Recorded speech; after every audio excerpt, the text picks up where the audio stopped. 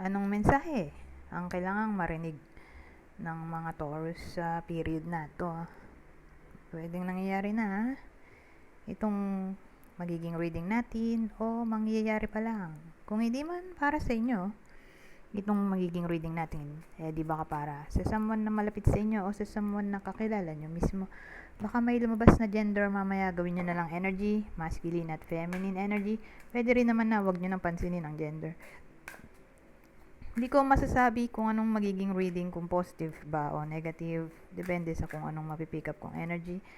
Walang masama kung papanorin ang sun, moon at rising sign kasi baka alinman sa mga yan ay mag-resonate na sa sitwasyon nyo.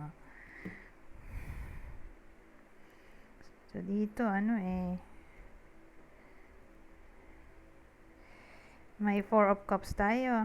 Ito, Queen of Pentacles. Ito, Knight of Cups pala to. Knight of Cups. So, to?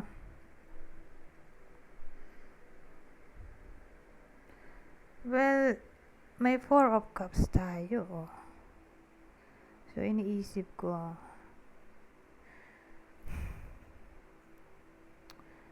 anong nangyari? Bakit nag-lead sa 4 of Cups? Maganda kung i-clarify natin tong part na to. Bakit tayo may 4 of Cups?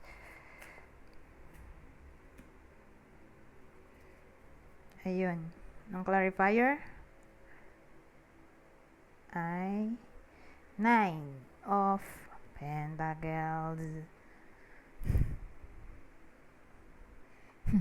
Ano yun? Well, ang dating may someone na nagko-contemplate.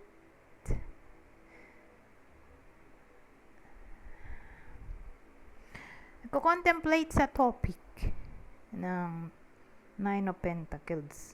Siguro may iba sa inyo na all of a sudden mapapaisip na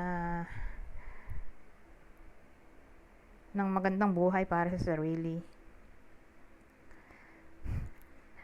or ma-promote, magkaroon ng increased salary, magkaroon ng self-independence, self-reliance, magkaroon ng sideline para dagdag sa basic salary, na somehow makatulong para mabili ang mga luho. So again, contemplation lang to. So nag-iisip-isip, nagmumuni-muni ang iba sa inyo tungkol sa topic ng 9 of Pentacles. Okay? Or siguro nag-iisip siya sa topic ng award-reward or pagbunga ng pinaghihirapan. Depende. Pero again, ang topic dito ay maging satisfied sa topic ng pera. Pero again, nagko-contemplate lang or nagmumuni-muni tungkol dito. Ngayon, may Queen of Pentacles tayo. Nakita nyo naman yung aso. Inililibing niya yung kanyang pera. So, ibig sabihin, in order para mangyari yung 9 of Pentacles na kino-contemplate ng iba sa inyo, kailangan niya maging practical, di ba? So, paano? Kailangan niya maging masipag para magkaroon ng maraming pera, para makapagtabi sa alikansya or sa bangko para mabili ang gusto or mabayaran ang mga dapat bayaran, na para bang priority. Magiging priority ng iba sa inyo ang topic ng security, stability at practicality sa period na to.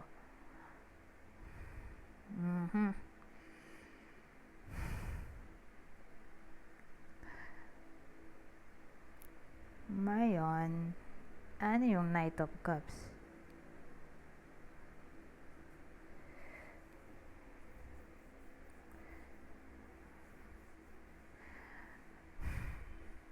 Maraming pwedeng case dyan. Kasi minabasa din ako na yung Knight of Cups ay pwede ring kusang support. Kusang loob na support mula sa someone na malapit sa atin, specifically romantic partner. Kung wala, edi mahal sa buhay. So may taong susuporta ba in times of crisis. Kaya sumuporta kasi nga may unconditional love. Ganun ang dating. So kung i-combine natin lahat-lahat, ang dating sa akin, halimbawa may pinag-iipunan ng iba sa inyo dahil sa mga babayarin or luho, may someone na mahal sa buhay ang tutulong ba na mangyari ito, mabayaran ng mga babayarin, mabili ang luho, na parang may desire yung someone dito na i-surprise ang iba sa inyo. Pwede rin ganon.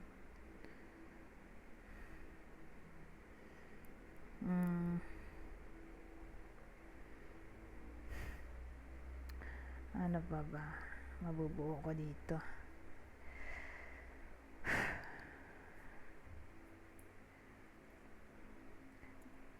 Ngayon, sabihin natin may nandiligaw. Example lang. So, kung may manliligaw, baka siya na yung magbayad ng babayarin ng iba sa inyo or manlilibre. May manlilibre or magre-regalo ng luho ng iba sa inyo. So, again, selected few people lang pwedeng makapag-resonate sa ganitong case, pero may ganong scenario. So, kung may nanliligaw,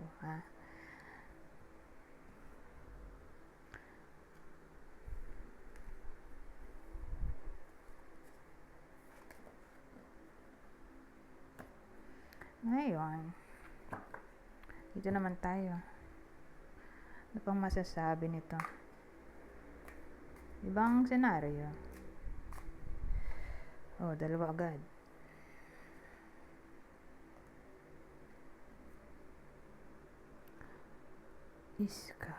Iskarab at moon.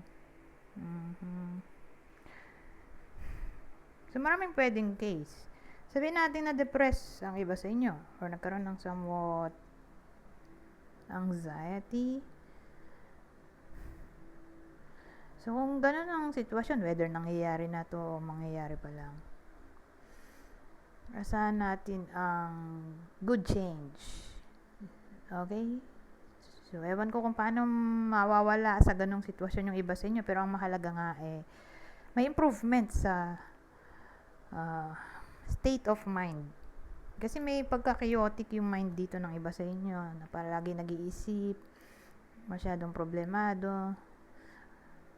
So, may improvement na maaaring mangyari, or may someone na magpapasaya sa iba sa inyo, or may something na maaaring mangyari na pwedeng mag-cause ng happiness sa iba sa inyo. Ang point,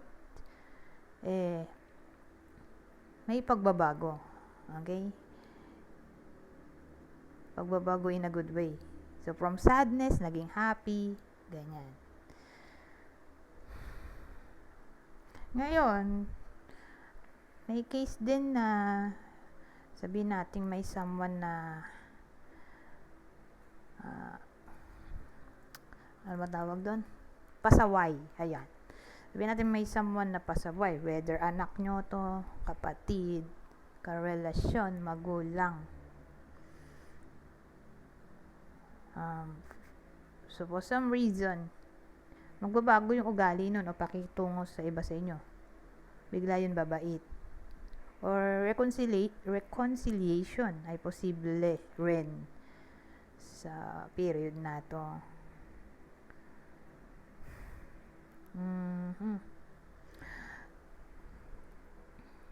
So, magdagdag pa ba tayo? Sige. Bira ko lang gamitin to Dagdagan na rin natin. Ear. So, may mababalita ng iba sa inyo kasi may nasagap na information dito, narinig or nabalitaan. Wow, ito ay coin, edi pera. Baka may news na maaring dumating sa buhay nyo at ito'y all about coin or money. Baka ito na yung salary loan or any form ng loan na approved na. So, for processing na daw, ganon. Or may magbabayad na ng utang.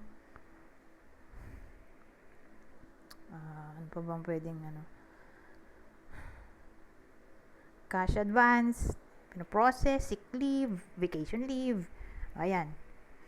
Mababalitaan ng iba sa inyo na for processing na daw.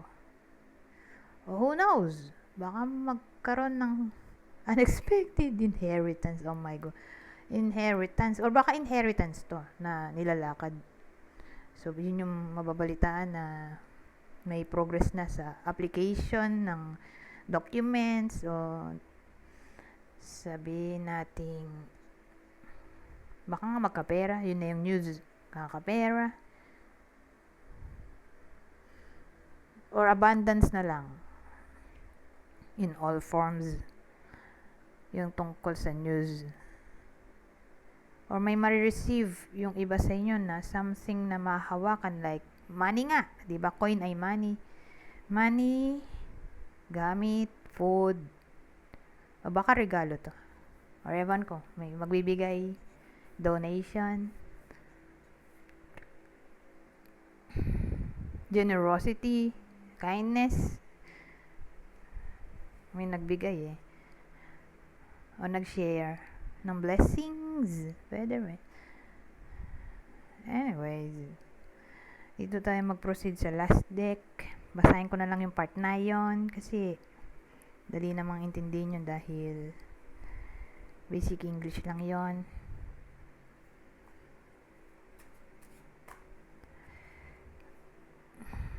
Teka. Ito.